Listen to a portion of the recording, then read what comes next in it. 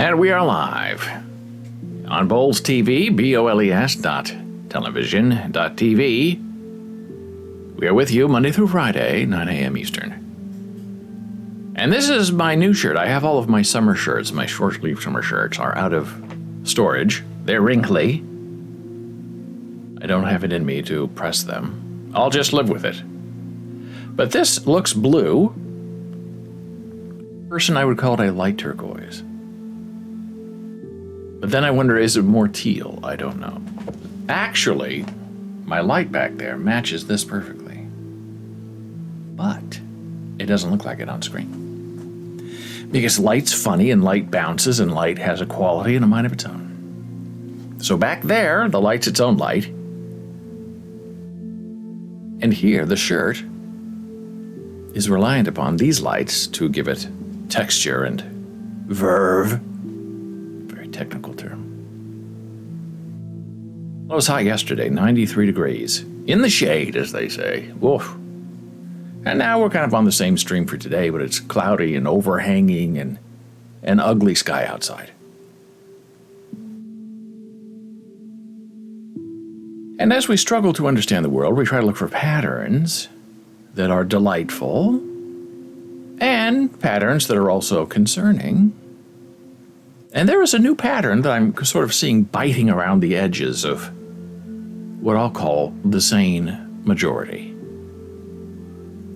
And it's not necessarily the conservative people who want guns to kill you, but it's sort of that tone, and I don't know where it's coming from. And it has to do with this idea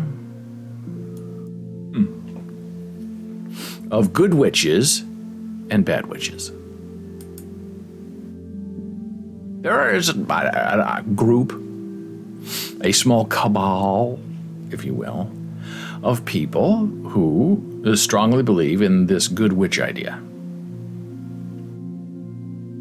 And anything that good happens is because of them and the spells that they cast. And if you're with them and you believe them, you too are a good witch. But if you go against them, then you're a bad witch. And you deserve to have spells cast against you because you are evil. Now, that just on the surface is what's going on, and it's a little concerning. A little odd, a little strange behavior, where this is coming from. And these people who say that they are good witches claim that it's because they help people, they advise people, they fix things. And the ironic part is the person or persons who are saying this are not that sort of person at all. They don't help anybody. They take from other people. They receive good wishes and compliments from other people and support.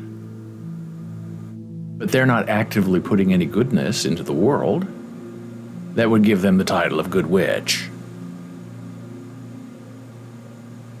And here's where it gets sticky when someone says to you, oh, by the way, you're a good witch too. Now, do you say, oh, yes, thank you, and then just brush it off? Or do you say, well, I'm not into that. I don't believe that. Good for you, if it helps you get through the day, that you're a good witch. But leave me out of it. I don't believe in it. I don't want a part of it. And by saying that, you then are risking becoming a bad witch. And bad witches are the enemy.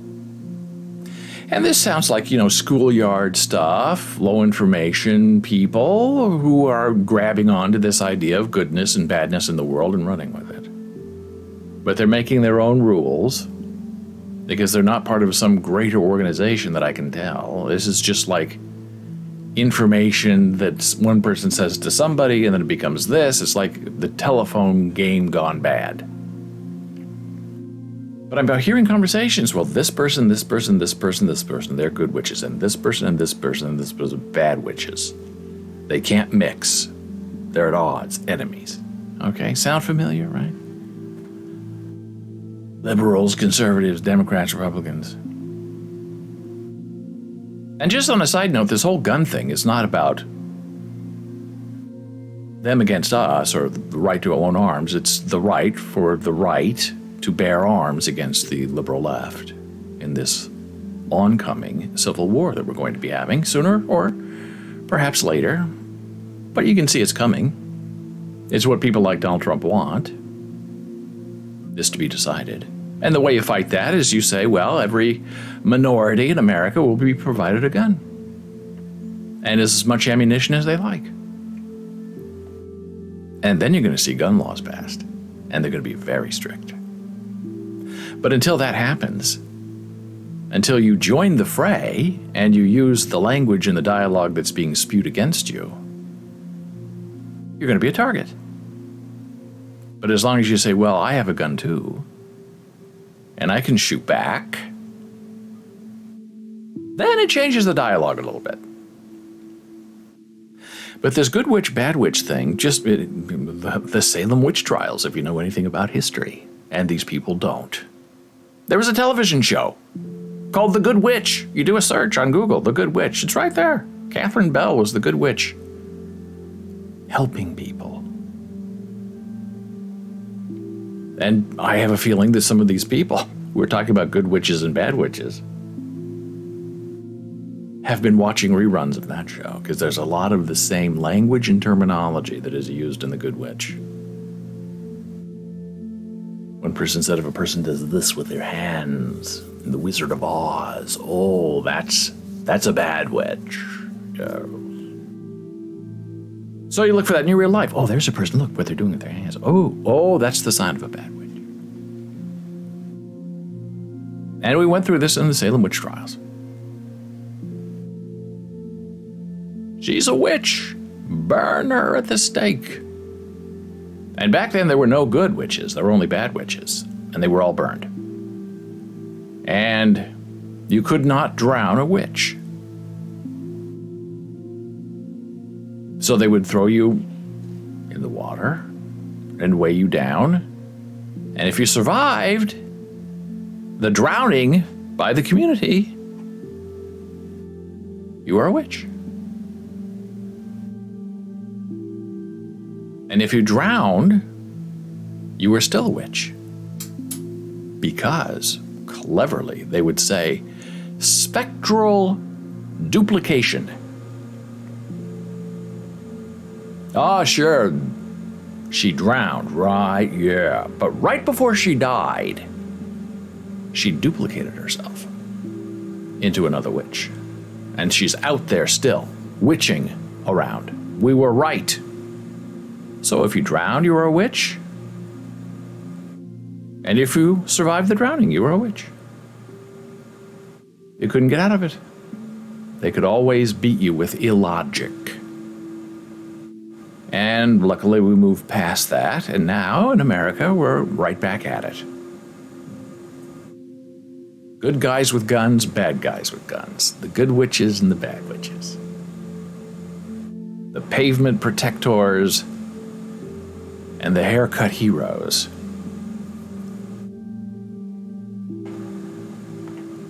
And a lot of this is, on Twitter yesterday, Kirk Cameron was being creamed by the liberals because he's saying all children need to be homeschooled. And I was fascinated by the pushback that he was getting, that this is all about paternalism. You keep the kids home, and the mother has to stay home and teach them. And the father is in control. And you keep the kids stupid and dumb, so they will follow along and act accordingly and be the sheep that they were intended to be. Very interesting pushback on that philosophy of the benefits of homeschooling.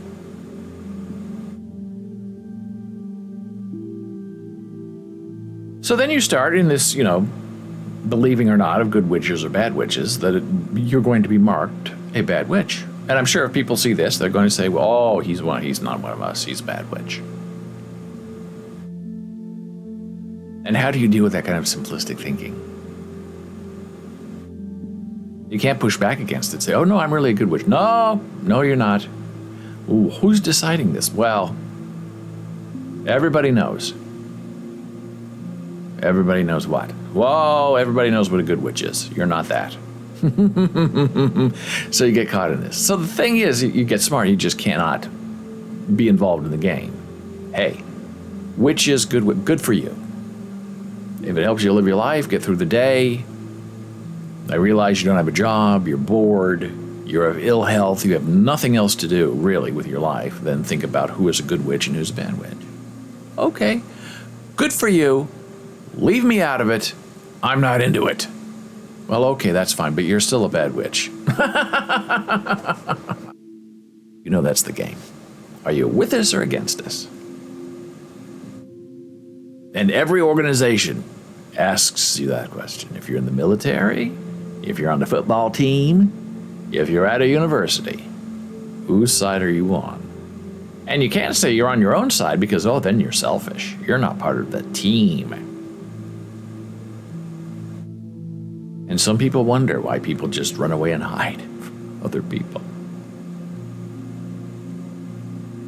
Well, speaking of low information, we haven't talked about COVID for a while, and it's still out there, and it's still bothering people. And here's the latest map from the CDC.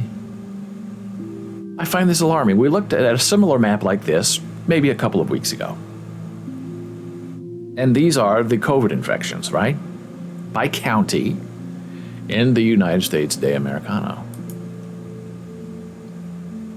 And when we last looked, this whole section of New York City, New York State, by itself was red. Now it's a little bit of a mixture. And the rest of the country was bright green. Oh, now this is reddish. And the great state of Florida is reddish. Nebraska is, of course, it's boring green.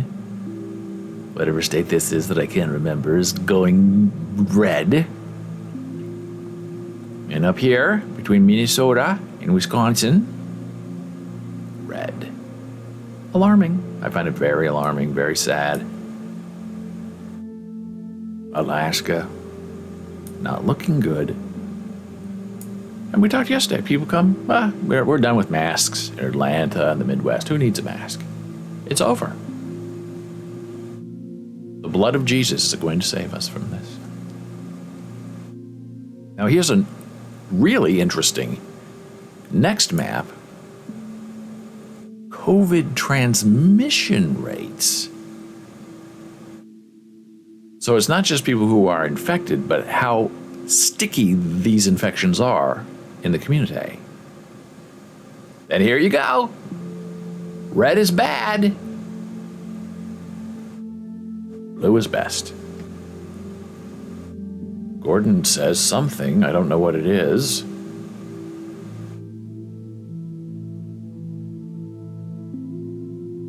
Do I dare click upon it? Ha! Gordon.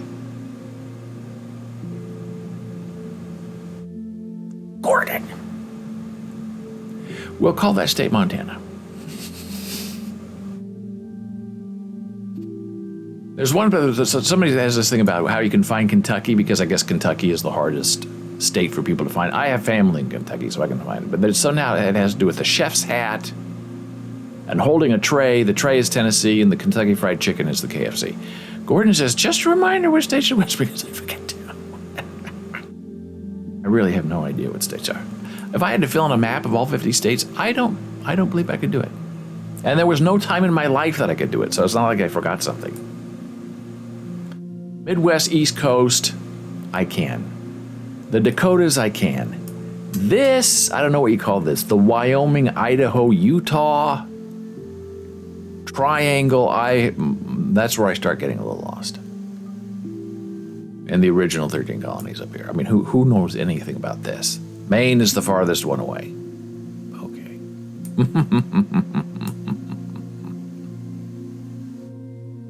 And Washington and Oregon, I get them mixed up.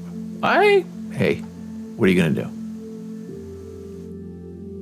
So here are our transmission rates. Terrible.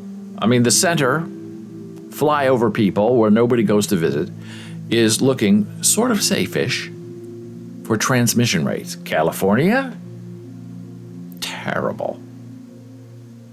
Montana, sort of good, sort of bad. New York, bad. Pennsylvania, New Jersey, bad. Maine, bad. Florida, bad. And if you look specifically at, let's say, California, and this is from the CDC, fully vaccinated, not one shot, not two shots. Well, I guess 2 shots is fully vaccinated now. Is dark green. And you just look at it. Where do the responsible people live? Where are the good witches? San Francisco? Sacramento? Yeah, almost Fresno, Los Angeles, and San Diego.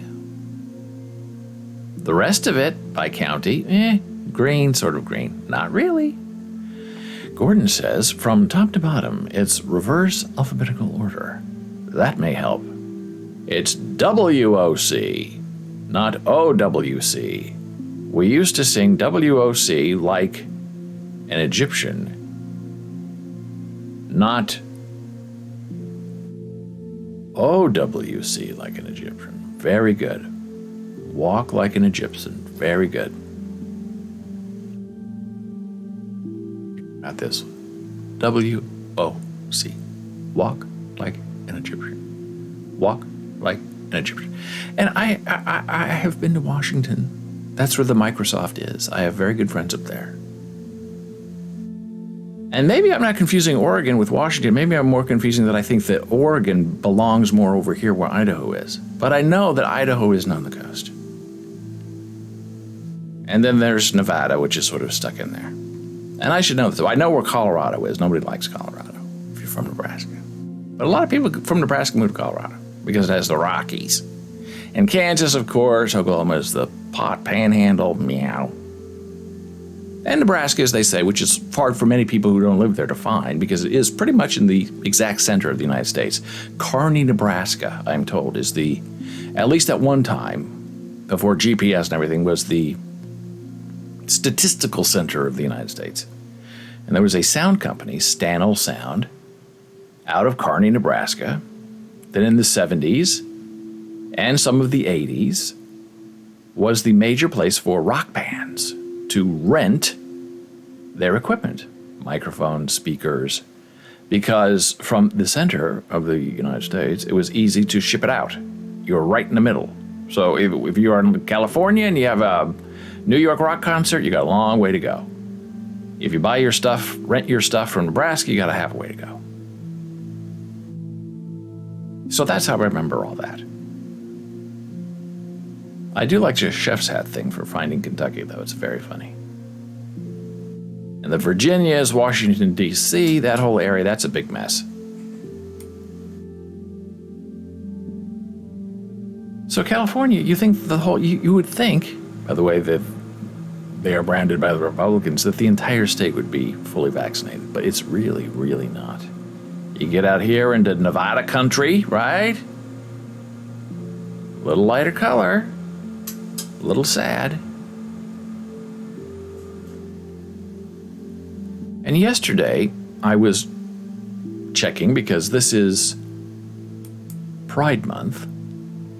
So I went to the Google and typed in LGBTQ, and then I had seen IA added, and I didn't know what the IA meant. So I said, what does the IA stand for? And I got this animation that I shared on Twitter and social media, which I think is just lovely. I like the confetti, I like all the flags, I like the various skin colors, it's very wonderful. It's terrific. And even Grand Theft Auto, believe it or not, has a big gay pride thing going on with rainbow stuff and parades and big signs. So it means lesbian, gay, bisexual, transgender, queer, and that's where it's always stopped for me. Then the plus, I guess, has been intersex, which is new to me, and asexual, which is interesting. But then you go a little farther down the page. What does LGBTQIP2SAA mean? I've never heard of it until I did this search. LGBTQQIP2SAA, like an Egyptian, is an acronym for lesbian, gay, bisexual, transgender, queer, questioning, okay, this is the new one, questioning, and then we're back to intersex, pansexual, two-spirit is the 2S,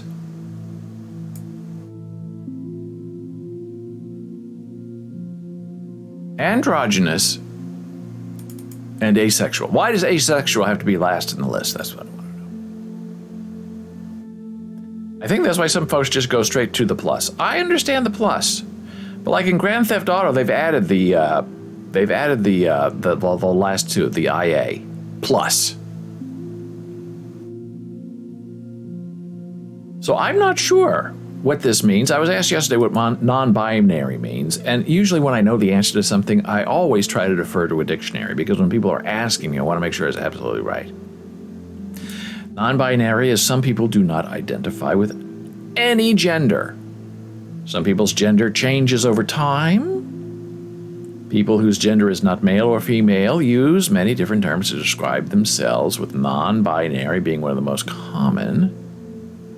Other terms include genderqueer. I have not heard of that one. I'm not sure what it means.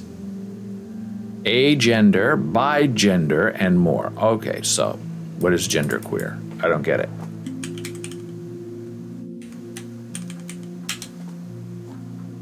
The term genderqueer means someone who does not follow binary gender forms.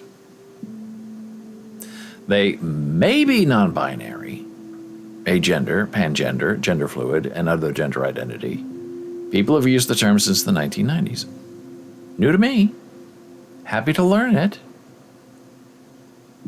And that's why people get so upset. Oh, he, she, pronouns. Look, whatever person goes by whatever pronoun they want. What difference does it make to you? Let them be whatever they would like to be. Whatever they know themselves to be. What does it have to do with other people? I don't understand. But it's a big political issue, hot potato for some people. Oh, no, no, no. Bathrooms are bathrooms.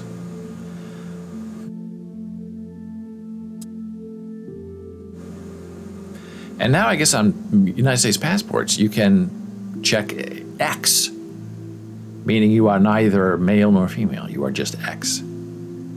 And there are some people who are saying, look, I'm not doing that because I travel internationally and they see an X on my passport and I'm going to be marked because I can, if I have to pass for a man or a woman or whatever it is, and if I have an X, that's an identification that's dangerous to me. That's the world in which we live. It's very interesting. And now it's that time of day, our first blood pressure break. We shall return in a moment.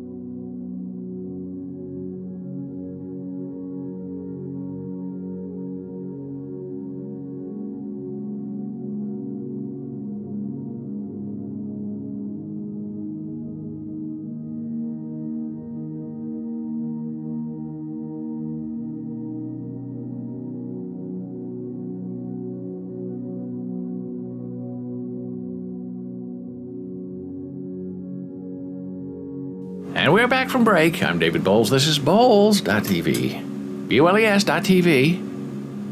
Live and in person Monday through Friday at 9 a.m. Eastern. And that was a little bit of a long break. Jana Marie is here telecommuting today, and she's having several big meetings, and she wants to be on the big computer, which is like right next to me. So I had to get that set up for her, and she might be typing. And I said, look, when your meeting starts and if you have trouble, just come and flash the light, and that's the bat signal, and I will take a brief break and come and help you. She said, I'll be fine. Commissioner Gordon said, while we're on break, David, I have to give you huge kudos. Some people would look at something and say, I don't know what that means. Well, then it must be ridiculous. You look at it and say, I don't know what it means, so let's find out. That's the best. Are you talking about my map reading abilities? Because I'm very open about that I don't know. I don't know math. I don't know map reading. Know some sign language. I try to write, but not always successfully. I'm a flawed human being. And I can prove it because I have lots of people who will testify in court that I am, I guess, a bad witch.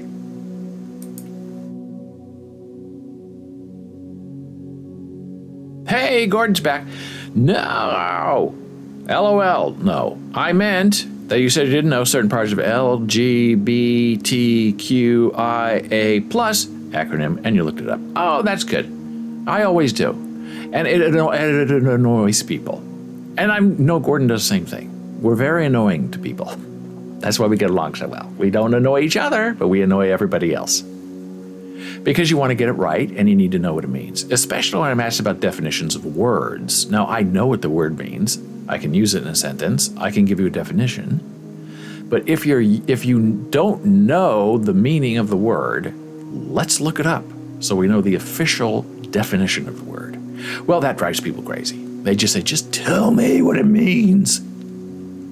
Like I was asked the other day, what is the meaning of non-binary?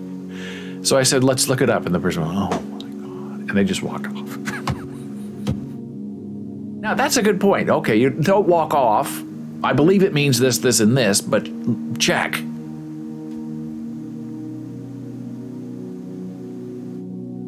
And people don't want to do the research. Not because they don't know how, but because they just don't want to. Well, this popped up today, and it's just fascinating for several reasons. We've had this infant formula shortage in America. And some of the conservatives say, oh, you're feeding your baby formula. What kind of mother are you? Breastfeeding is free.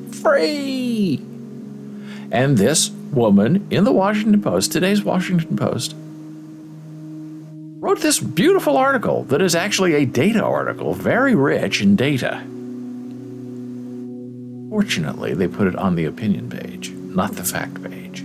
Breastfeeding isn't free. Here's what it cost me. And this wonderful person, Alyssa Rosenberg, long before there was a crisis, way back when she had her baby in October, tracked everything she did.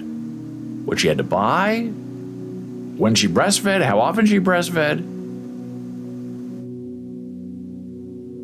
Breastfeeding isn't free. It costs money for the supplies to keep a nursing mother comfortable and healthy enough to keep producing milk, and it costs time. I can show you exactly how much time because I used an app to track every minute I spend nursing. And then people say, well, if you can't do it and we don't have use a wet nurse. Oh, no, not a wet nurse. It has to be the actual milk from the actual mother. There are people who just don't want solutions. How many hours of breastfeeding each day? Look at this. For the first 6 months, I tracked every minute I spent feeding him. Now that's a dedicated person. And here's the data. I nursed her pump 1,700 times at all hours of the day and night. That's a hungry baby. A quick pump might take 5 minutes. A long nursing session could run an hour and a half. Wow, now that's patient. That's dedication. And here's her data. It's all tracked in this beautiful article. Fewer than 10% of the sessions were devoted to pumping. The pump can be more time-consuming than nursing, and that doesn't count time for cleaning and sterilizing the pumps. And here she goes. So, supply costs are $1,300, time spent 486 hours. So if you make $48,000 a year, in your time, it costs you $11,000. Now, if you make a little bit more money, like $180,000 a year, it's $42,000 you're spending breastfeeding. Not free. All the supplies and equipment. Before birth, now she goes from 1 to 6 months. She lays it all out for you. Month 1, month 2. And Gordon says, not to mention a good pump can cost over $1,000 if you're rented for $100 a month. There you go. And I know people who rented the pump in New York and were disparaged for it. Well, you don't love your baby very much, do you? Why would you rent a pump from somebody else who had it on their boobies? You should buy a fresh pump for your baby if you loved your baby. Oh, boy. Now, I don't have a dog in that fight, but boy, you hear people talking like that, and it's just like, oh. It costs you money to take care of your baby. These are the things she had to purchase in order to keep going. And I guess this was like not her first child, so she knew it was coming. And her first child, she came home from the hospital and she said her nipples were bleeding and would not stop. And she said that's why a lot of women stop breastfeeding, because it's painful, it hurts. So she had all this stuff nipple protectors, lanolin. She said she looked like early Madonna with cones in her bra. Month 2, you can see the costs going up. This is what you put the baby on, because holding a baby for 5 hours a day, she says, is exhausting for one arm. It's too much. So you put the baby on that thing. And it's not a fanny pack. But this is so well researched and so well done that it's invigorating. And you know, the people who are scorning mothers who use formula and not the actual breast. What is this again? Lactation cookies. Are they a placebo? Maybe, but they're delicious, she says. Month 6. So at least this is on the record in a reputable newspaper. They can be referenced and help people who don't know what they're into or what it's coming for them.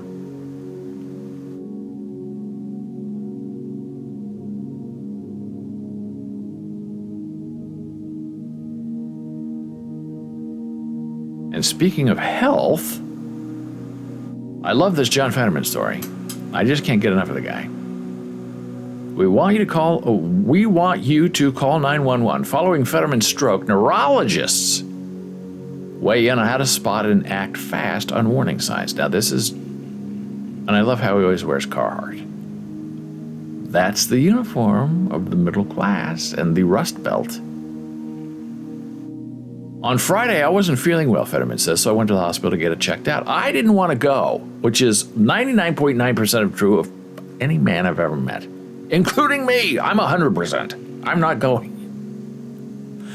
I didn't think I had to. But Giselle Fetterman, his wife, insisted, and as usual, she was right, and I do admit that 100% of the time, when I make a decision and Jana Marie says, I don't think so, she's right and I'm wrong. So there they are talking about it and what it means. And what the interesting part of this is recognizing a stroke, because it's before it really kills you. Because once you have a stroke, you have like an hour to get rid of that blood clot or you're going to be permanently damaged. So here are the signs. Know the signs of a stroke. And it spells F-A-S-T, face. Do you have a drooping face? And usually, if you're in the middle of the stroke, you can't see this. It has to be people around you who know. Do you have some kind of arm weakness? Do you have difficulty speaking? And then the last one is time. If you have any of those three, you better call 911 and start feeling better and get better. You experience a stroke warning sign, you shouldn't wait more than 15 minutes before calling 911. Boy, that's fast. 15 minutes, you think, oh, that's a long time. When you're doing a live stream, 15 minutes is a long time. But when you're sitting there, either trying to feel better or figure out what to do, 15 minutes is the snap of a finger. Studies have shown that people who call 911 get much quicker access to the emergency room. The 911 system almost guarantees immediate access to the emergency room, thereby immediate access to imaging, immediate access to treatment. So we don't want you to call your doctor. We want you to call 911. And to me, that also says, don't go to the hospital yourself and get stuck in the waiting room. An ambulance gets you to the front of the line.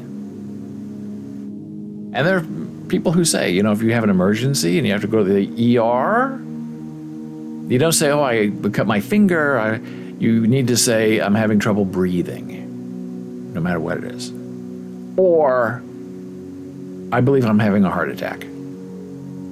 That gets you immediate attention. Everything else, I feel bad, I think I have COVID, my ankle hurt, all those get you, have a seat. So you sort of have to make your own emergency if you're going in on your own. But the best way is, if you're really hurt, is to go in an ambulance. And I know people don't want to call an ambulance. They don't want to bother people. They don't have insurance. Just go. Now, this is interesting to me because of this pandemic and the economy of it all. As the Great Resignation, where everyone's quitting their jobs, hit academia. And usually, if you're teaching, especially like at a research university and you've been there for a while, and maybe if you even have tenure, you're not going anywhere. Because the adjuncts do all the work, the TAs do all the work, and you just kind of sit there and think about the world, and they hope publish books. But it seems like those people are even getting fed up.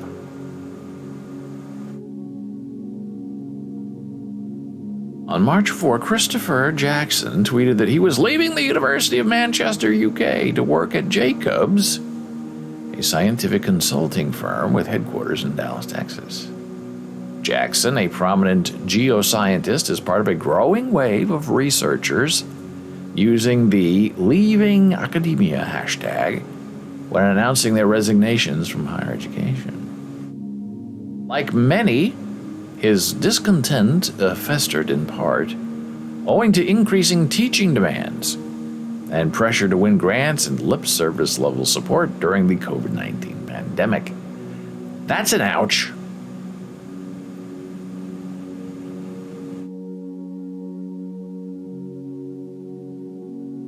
Karen Kilksey watched conditions in academia deteriorate in the 12 years since the cultural anthropologist left her post at the University of Illinois Urbana-Champaign to become a career coach. Now that is sad.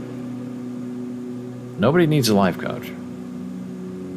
Grievances of hers include a lack of support, increased workloads, micromanagement, increasing right-wing hostility towards academics, and salaries that have not kept up with the cost of living. She's based in Eugene, Oregon, and wrote the 2015 academic career guide, The Professor is In. The pandemic set the stage for a mass exodus. COVID-19 is the straw that broke the camel's backs. Look out! They're coming for you. And speaking of NFTs, which we have been all week, this has been in my box to chat about because it's very interesting. Because people think of NFT right now, they think of NFT as a static image. or maybe an animated image, or maybe a video image. And I heard back from my friends at Facebook yesterday. And I sent them the link to Jana's Hey Facebook. This is an ASL NFT video that she made for the beta. Because I had been told, look, you can't be in this beta unless you have static images and animated GIFs and video. Yeah. I said, okay, I have all three. But I didn't have a video one in my MetaMask test wallet. So I made it, sent it to Facebook, thinking they'd be delighted. And I said, I will upload it to my MetaMask, when the gas fees are reasonable, which is probably never, but I'll do it anyway. And they wrote back and said, right now, the beginning of the test, we're not supporting anything but static NFTs. But thanks for letting us know. Oh, that was a belly blow. Because I felt a little bit misled. Because they said you can't be in this unless you have this, and this, and I have all of this, and that. And Jana Marie made you a special NFT video that's very cool. And you said, we're not supporting that right now. Maybe later on. Just like my Coinbase wallet. Oh, we're not supporting Coinbase. The biggest wallet out there. Oh, we're not supporting Coinbase right away. Why don't you just support Wallet Connect? That supports all wallets. Are you doing something proprietary? I ask myself that I should be asking them. So, you think, okay, this beta is going to be long and it's going to be torturous. Actually, I believe it starts as an alpha, which is even worse. Things break under alpha, which their response yesterday reminded me that I made the right decision by not trying to import or mess with my Coinbase wallet and MetaMask just for the glory of Facebook. Keep it separate. So NFTs are being used in China to covertly, I guess, get information into China posing as an NFT. It is an NFT, but people think it's an art NFT and not a provocative informational NFT, which I just love because that's what this is supposed to all be about. And this is in the Wall Street Journal, who hates crypto and hates NFTs. In most of the world, the market for NFTs is plummeting. Not true, but the last week and a half, true, but not true. In China, non-fungible tokens are on the rise, not as digital investments, but as a way to strike back at censorship. As Chinese internet censors have stepped up efforts to scrub content from social media during the pandemic, web users have increasingly turned to NFTs as a way to secure images, videos, audio, and social media posts in a blockchain to prevent their deletion. Now, that is the beauty of the blockchain. It's not controlled by anybody. It's decentralized, DeFi. It's not like a web host where they can go and threaten your web hosting server with subpoenas and takedown notices and DMCA violations, and if they don't take it down, they don't take it down. But if it's on the blockchain, it's much harder to get rid of it because you don't have the authority to get rid of it. There is no authority on the blockchain. On April 26, a 6-minute video clip called Voices of April, overlaid with what appears to be a dozen audio recordings of conversations and cries for help from Shanghai residents, briefly went viral on Chinese social media before the censors deleted it. To prevent a piece of history from being erased, many internet users minted copies of the video into NFTs. And as we found out yesterday, you can mint anything for free, especially on OpenSea. And you can save it that way. It's very, very smart. I just love it. All told, around 250 NFTs labeled as, I'm not going to pronounce this, Voices of April, are now listed on OpenSea, one of the world's largest NFT marketplaces. Many have no price tag or are priced very low, a sign they aren't really aren't intended for sale. Just like our videos, all of them are up. None of them are, quote, for sale, but you can always make an offer. One is listed for 404 Ethereum, which on Friday was the equivalent of around $800,000, in an apparent reference to the not found error message that can appear when content is removed. OpenSea also hosts NFT photos, audio recordings, and memes capturing the experiences of recent lockdowns in China. So maybe we'll go check out what's going on with OpenSea and the China NFTs. But first, we're taking a brief blood pressure break. Back in a moment.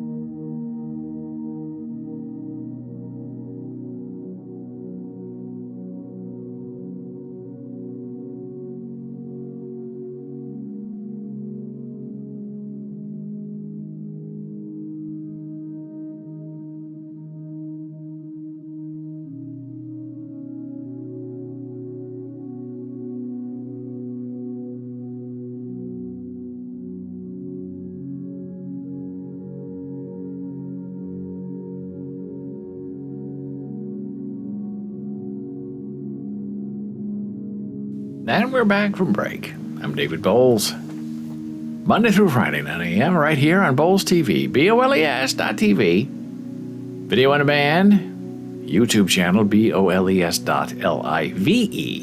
Bowles.live.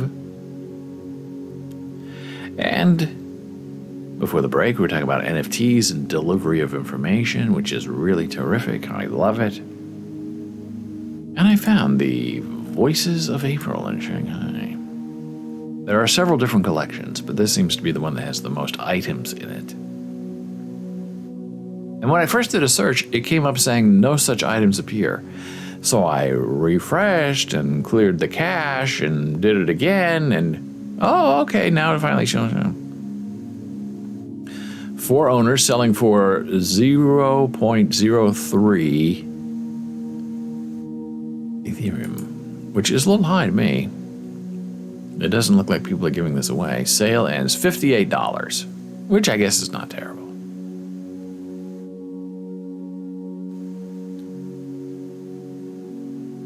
The April of Shanghai is full of suffering and disappointment, but we all have faith and hope to fight COVID-19 Omicron together. God bless Shanghai.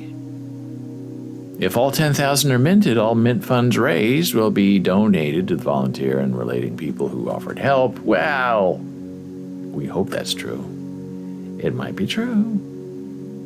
We don't know. Minted a month ago. But I'm not sure what this is. Is this information? It's not a video. Is there anything included in it? Like something special, or is it just a picture? Exactly clear. So we'll keep going back and see what else. Voice of April 2022. Oh. See what this one says. Now this has 6.3 owners, which is pretty good. That's a lot. So these are photographs. Okay. Oh, and there's sound. I don't want sound. No on the sound, please. Okay, there's sound's off. And I guess that someone is speaking and telling what's going on. So that's the news that's embedded. Okay, that's good. I like that. Elderly suffering in isolation camp. That's cool. Not cool. It's cool that it's actually an NFT. And the price, as you can see here, is 0.002, which is $3.93. So that is fantastic. So this must be the one that people are buying. This I like.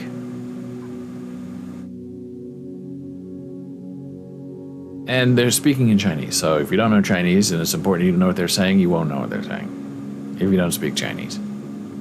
A delivery man died. No first aid.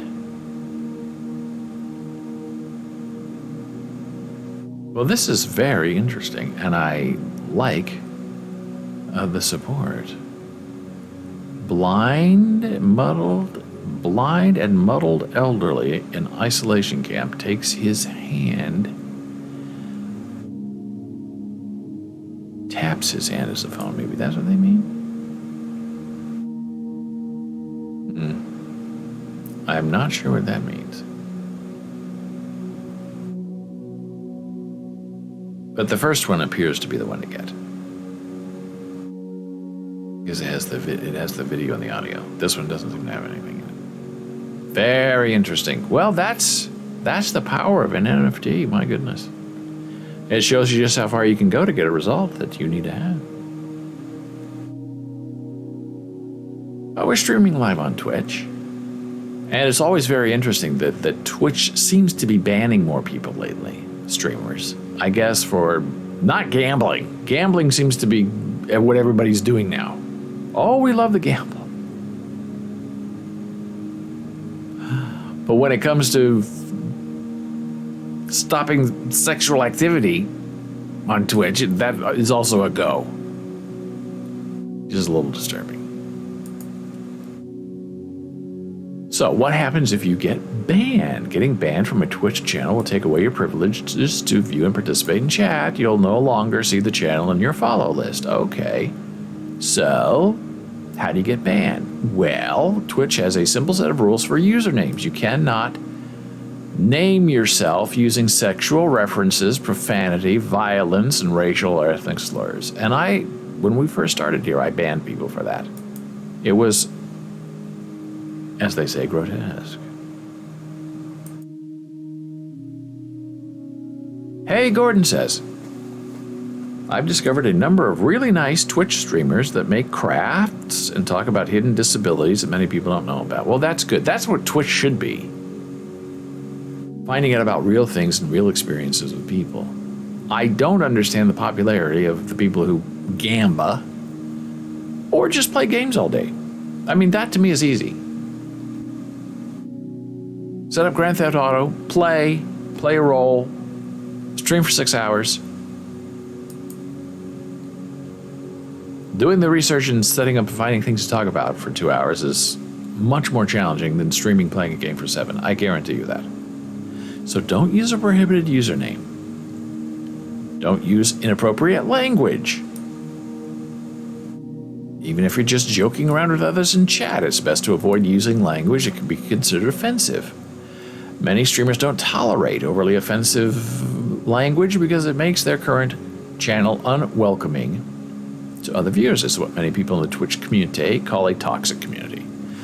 And it's interesting, yesterday I was promoting Soul Curry Art on this live stream and her NFTs that she has so kindly offered for help in the Facebook Alpha Beta test.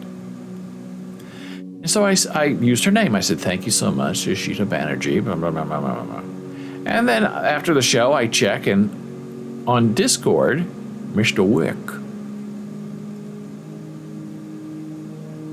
timed out my IFTTT update and purged every message IFTTT has ever made on my server because a blacklisted word was used.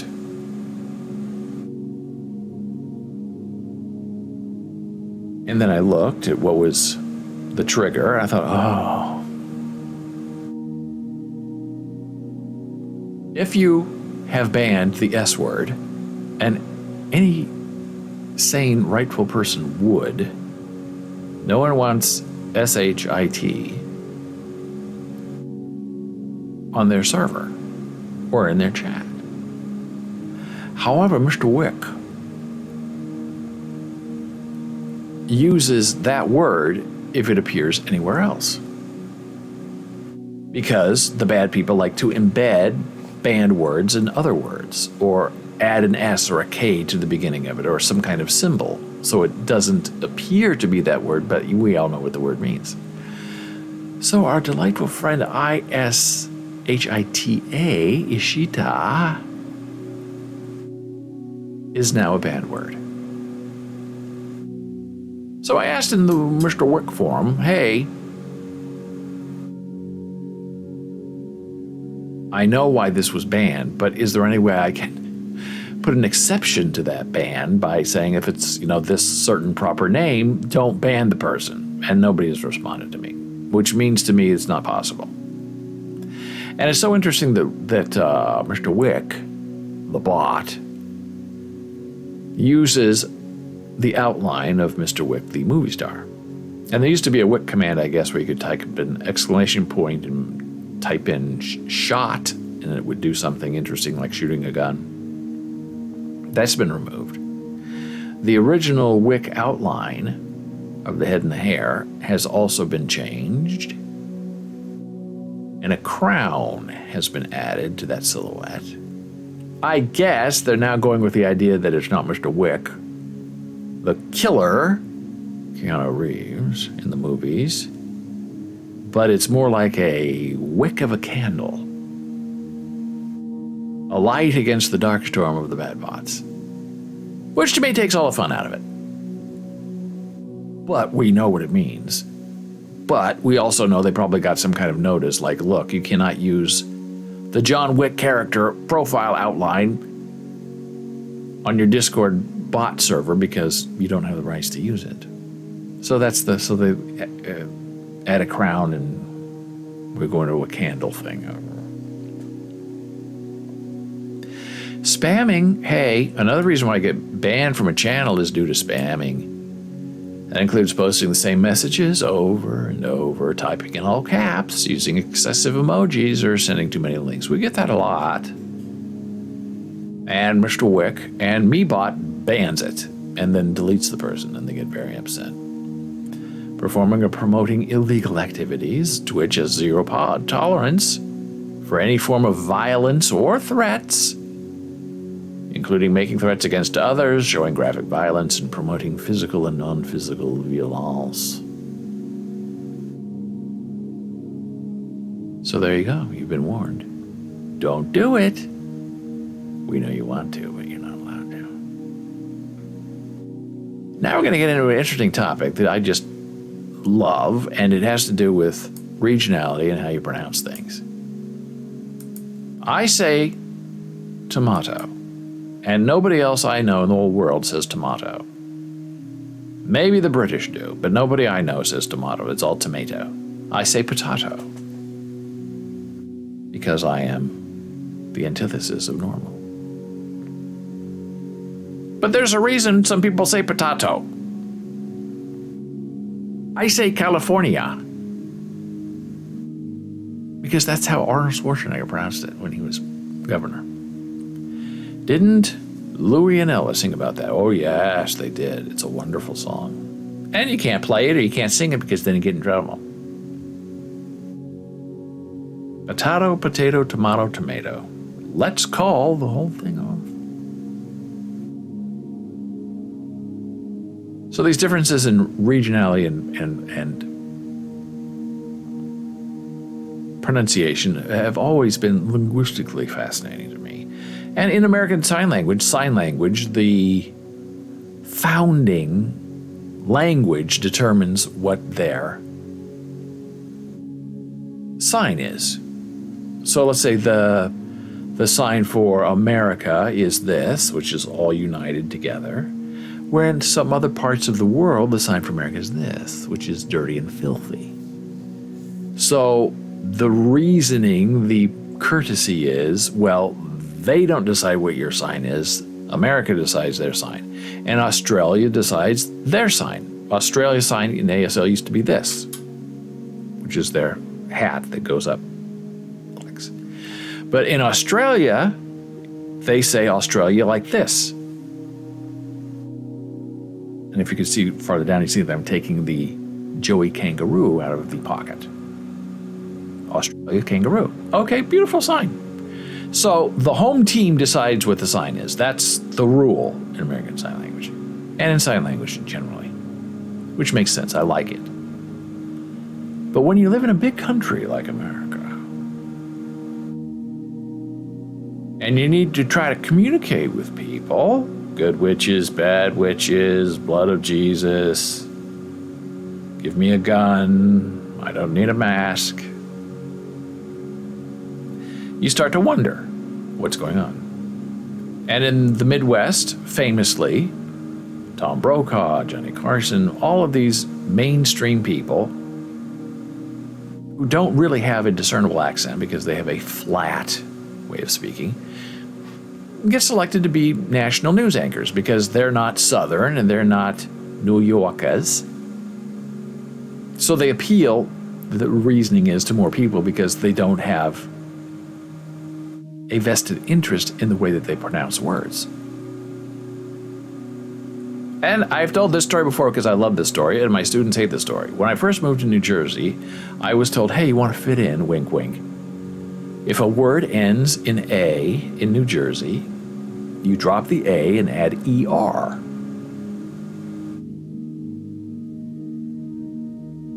So if you have a student named Tina, her name is not Tina, her name is Teener. Now, I've used that every once in a while. And one day at Rutgers, I did roll by replacing everyone's name that ended with an A with an ER. And they were furious with me. I thought it was hilarious. but they were not happy. I really didn't care because it was hilarious, and I laughed through the whole thing. Because I was teaching them, I wasn't making fun, I'm telling a story about accents and regionality. And in Baltimore, the word T-E-R-R-Y, or T-E-R-I, Terry, as we pronounce it in the Midwest, in Baltimore is pronounced Turry. T-U-R-R-Y. We've talked about the difference between pop and soda. In the Midwest, you want some pop. On the East Coast, you want soda. So people say soda pop. So you got to be careful when you're on the East. You say, I'd like to have some pop. People look at you right away and say, oh, you're not from here, are you? I had one person, when I was a student in Columbia, I said, yeah, I'm going to go get some pop. And this young woman looked at me with horror, my classmate. She said, oh, no, you sound like my dad. And we were the same age. She said, my dad calls it pop.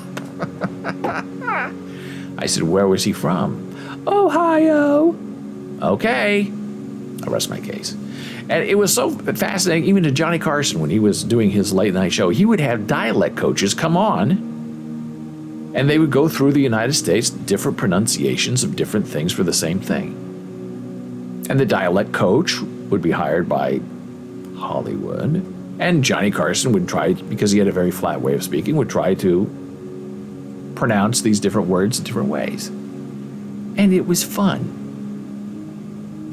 And now there's this new study out. I'm trying to think who made it. I forgot. That talks about these regional pronunciations and what they mean. And one of the first things they talk about is this idea of the city. What is the city?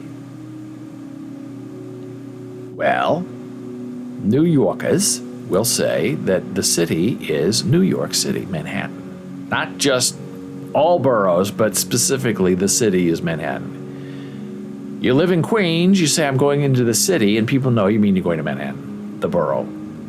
Hey, and Gordon says, and the difference between how sack and bag are pronounced. Oh, that's very interesting, too. The difference between a sack and a bag. I was always raised to ask for a bag. And people on the East Coast don't know what that means. You mean a sack? Well, I mean a brown paper bag. You mean a brown paper sack? I mean, does it really matter? One of those paper things, give it to me, please. So what is the city in America? Well, the dark blue you can see is where, on this map, this is Ohio right here. Montana.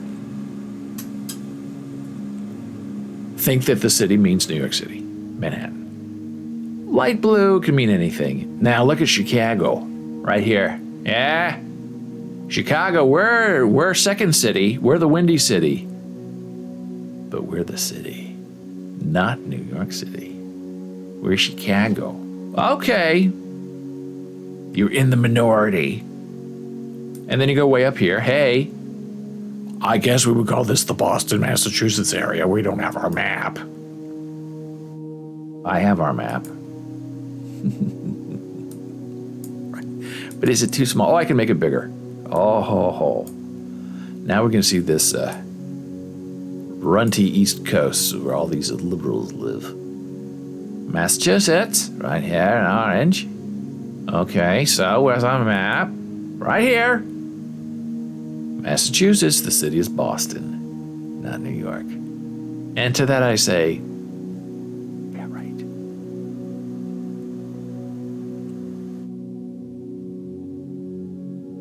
Next on the list is, what do you call the long sandwich that contains cold cuts, lettuce, and so on? Now that's a trick question, because you're not calling it what people call it. You're saying, what do you call it?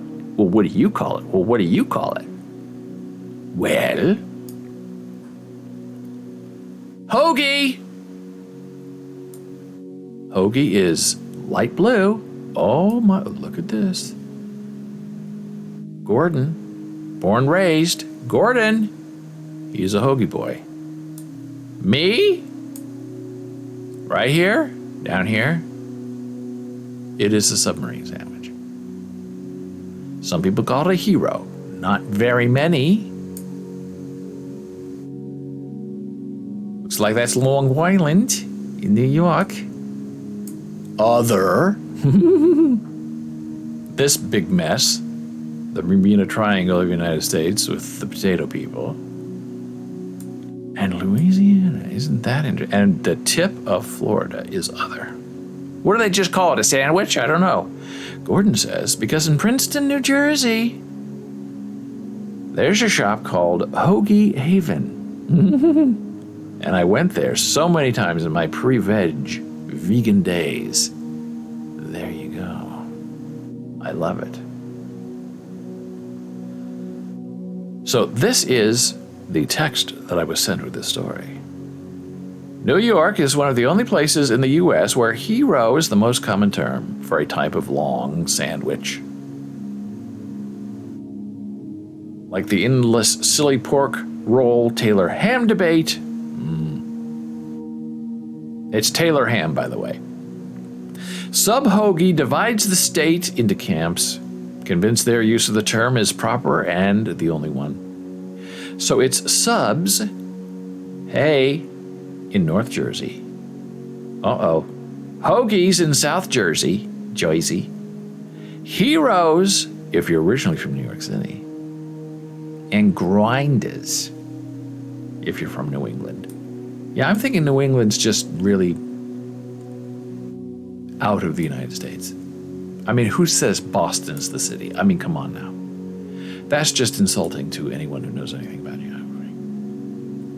Well, we're not done with this. But our blood pressure is done with us. We will finish this when I return in a moment.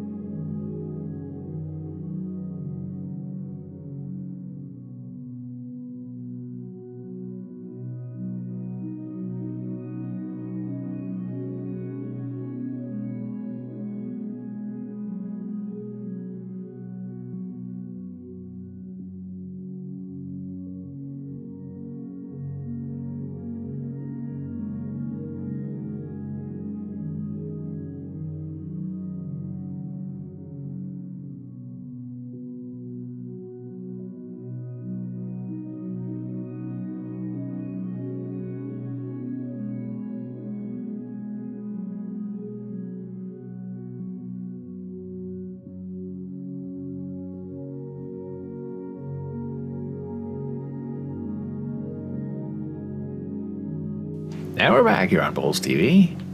BeWellyAss.tv. I'm David Bowles, and I'm checking on Jan Marie, and her meeting is going very well. A little boring.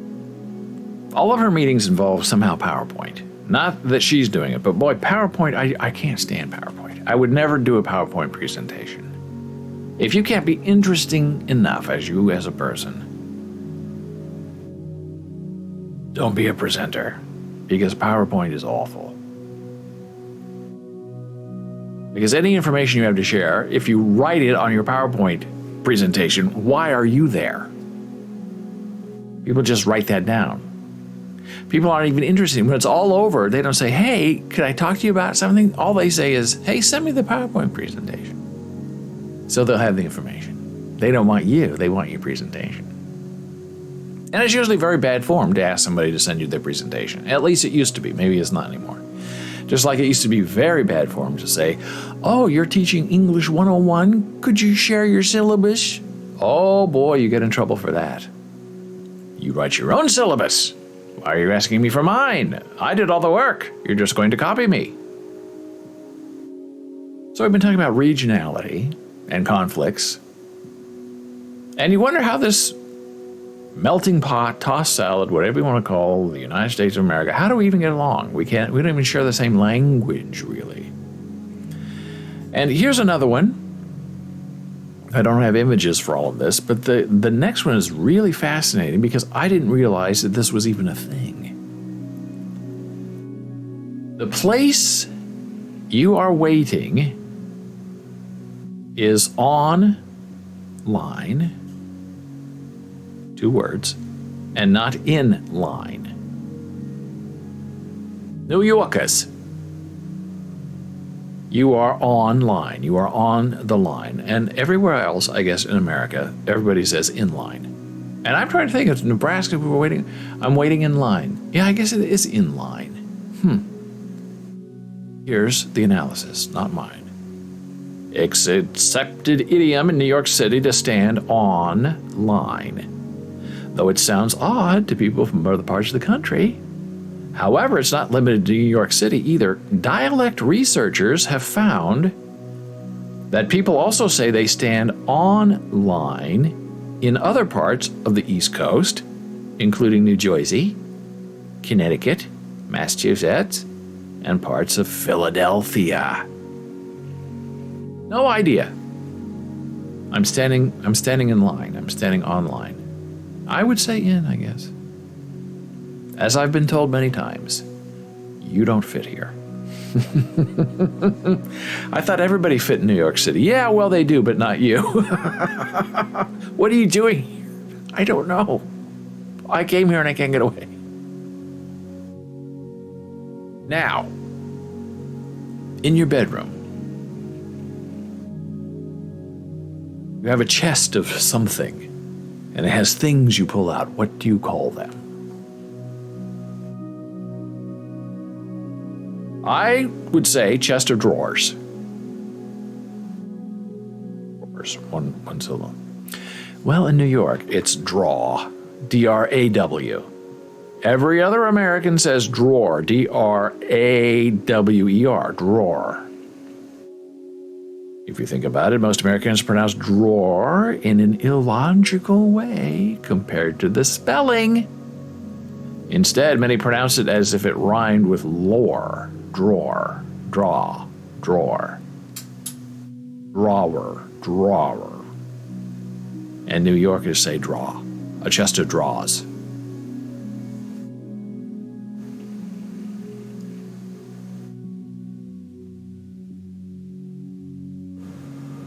Pie is pizza, not a sweet pastry. New Yorkers, they're talking about pizza. Other Americans, they're talking about American pie.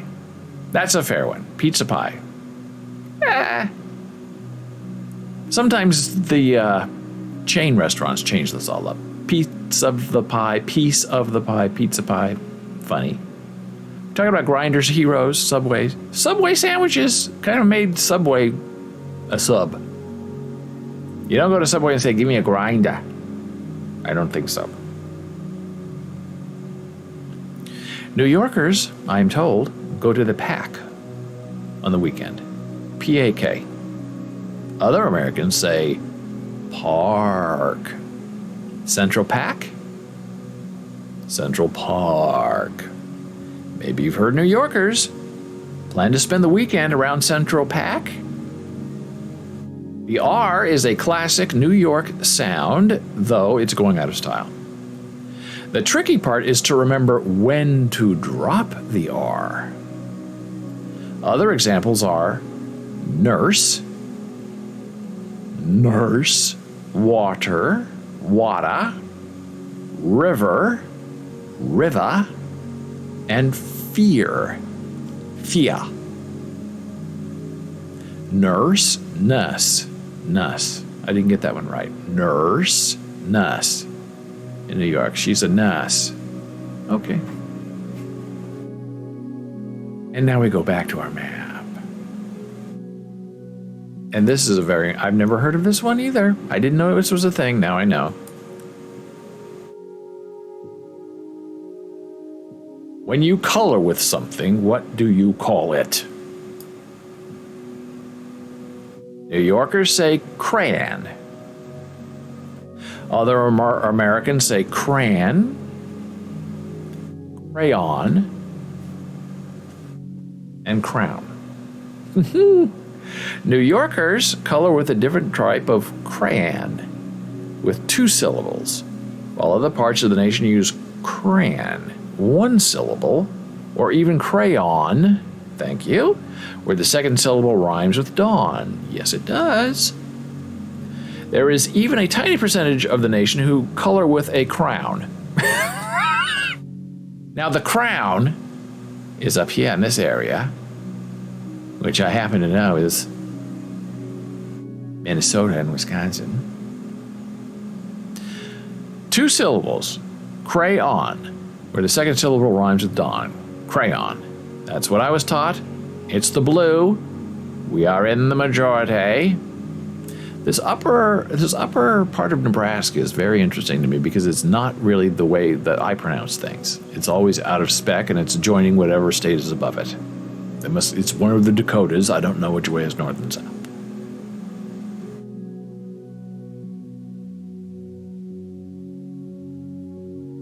South Dakota.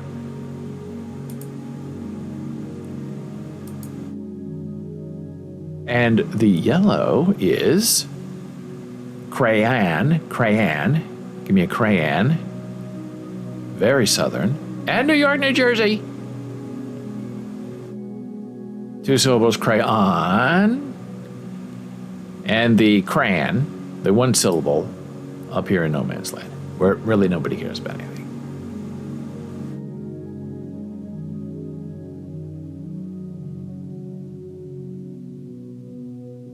Next, syrup. I had no idea this was even a thing. Here's the Pupik on it, and they put syrup on their pancakes in New York. Syrup, New York. Other Americans, syrup, yes, thank you, or syrup. They put syrup on their pancakes in New York. Other parts of the U.S. are adding sweet syrup or syrup. Gordon just says, I popped over to YouTube to check the classic Mr. Rogers Goes to the Crayon. He says crayon. Oh my goodness, that's a new one. Crayon, crayon. Because the name of the company is Crayola, right? So a Crayola would be a crayon. Maybe not. Now I gotta find out how Mr. Rogers would pronounce syrup. Sir. Sir is in syrup. Most of the country is blue on that. Syrup. Uh-oh, could be Gordon. Could be Gordon. Only in that area. I don't know why. And then we get the infamous syrup, which is sort of an interesting part of the upper East Coast and some of Kentucky and some of Florida. Very interesting. No clue. I didn't even know this was the thing.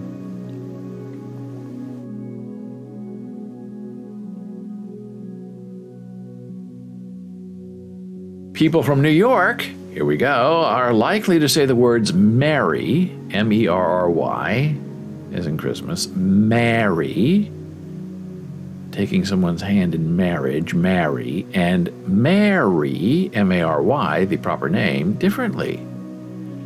New Yorkers, all three are said differently in New York City. Other Americans, whereas other places, all three are the same. Mary, Mary, Mary, and Mary are all the same. Mary, Mari, and Mari, Mary. Mary and Mary are the same, and Mary is different. Mary, the proper name, is the same as Mary, but Mari, M-A-R-R-Y, is different. Whew. Crazy. And here we go. Here's the map. All three are the same. I would say that Mary, Mary, Mary, Merry Christmas, Marry My Friend, and Marry Me are all pronounced exactly the same way. Hard blue in Nebraska and most of the Midwest, California. All three are different. That's right. Boston's got to be up there somewhere. Oh, there they are, the Bostoners. Oh, Gordon could be at a little bit of risk in this one too. But not if he's in Florida. Mary and Mary are the same in the yellow. Mari is different. Marry me. Gordon said, try to find syrup on Mr. Rogers, but instead I was delighted to find a video of him speaking with a supermarket worker about soy foods. Now, that's ahead of the curve when Mr. Rogers was alive and teaching, where he's looking into soy food. That's fabulous. But the smart money in ranchers in the 80s and 70s was, I'm getting rid of alfalfa and corn, and I'm going for a soybean. And they were the smart ones. So Mary, the person, and Merry Christmas are pronounced the same in the yellow areas, but Marry Me, is pronounced differently. And of course, we have the good old morning coffee. In New York, it's CAW-FEE, coffee. Other Americans, coffee. Easily a New York accent word favorite. For example, you replace off in the word coffee with the aw sound.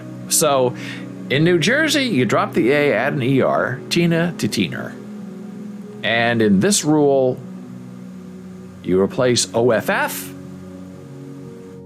with aw. I'm going into the office with my coffee. And our friend Dora, who is very busy and getting ready to retire, who has been a frequent guest on this live show. It sounds like a cartoon character from New York, if you've seen her narrate her videos. She is definitely coffee. Mr. Crow. She says she did a wonderful Elmo when her son was young. And she does sound like it. Although I'm not saying that. She's saying that. And of course, water. New York says water. Other Americans say water or wada. Isn't that interesting? W-A-W-D-A, wada. Water. W-A-W-T-E-R. Water is another word that's famous in New York accent. In New York, the word water is the same distinctive aw sound as coffee, plus the sound instead of ER at the end. New Yorkers with a sweet tooth love their chocolate. New Yorkers say chocolate, C-H-A-W-L-E-T. Other Americans, chocolate, C-H-O-K-L-U-T. Finally, hey, dog. In New York, it's D-A-W-G. Hey, dog. Other Americans, dog, G-O-G. Many of the words that have the O sound, like in coffee, you pronounce with the aw sound. So the word dog, for example, sounds like the word dog. Now, I should have had a New Yorker, a true New Yorker, read that whole thing because that would be hilarious. And then you wonder, like you have speech pathologists who are from New York and learn in New York, and then you have speech pathologists in California, the Midwest, and you wonder, are they teaching the regional dialect or are they teaching some kind of standard kind of pronunciation? I should find out because that's very interesting to me. And that concludes our tour of the United States pronunciation and the difference between the outlier New York and the rest of the United States and probably the world at large. And now, as Mr. Rogers would say, we have come to the end of our time together. I will see you in a day or two. Unzip my thing, take off my shoes. I was always bothered by the shoe putting on with Mr. Rogers. Putting on a little zipper-up thing was okay, but the shoe thing was a little weird. Because Mr. Rogers wears shoes in his house. And I know Gordon doesn't, but I do. But it's weird to change shoes from one to another when you come into your home. It's a little weird. Hey, Gordon says, and you'll have more ideas for us. Of course. That's what we are. We're the Idea Factory. He wears inside shoes and outside shoes. I didn't know there was a difference. That frightens me. And all I say to people who insist on saying, hey, take off your shoes, you're going to come to my house, which is fine. But if you're going to say that and people don't want to take off their shoes because of whatever reason, you have to have booties for them. And then they put booties over their shoes and you're happy and they're happy. But for people to demand, take off your shoes, you're not coming in, to those people I say, I think I'll see you later.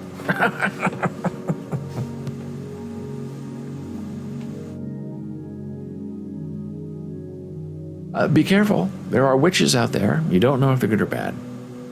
Oh, Gordon has a friend who offers slippers. But the problem is there are people who don't want to wear slippers worn by other people. So if they're brand new slippers out of the bag, it's okay.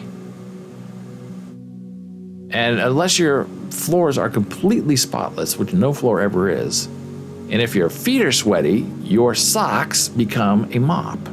And then that mop of filth from the floor of the house you're in goes into your beautiful shoe. And you take it home. Now, some people like Janet Marie would say, okay, you want my shoes off, I'll take off my socks too. And I'll just walk around in my bare feet. And then she would clean her feet before she puts her socks back on. But it's a big process.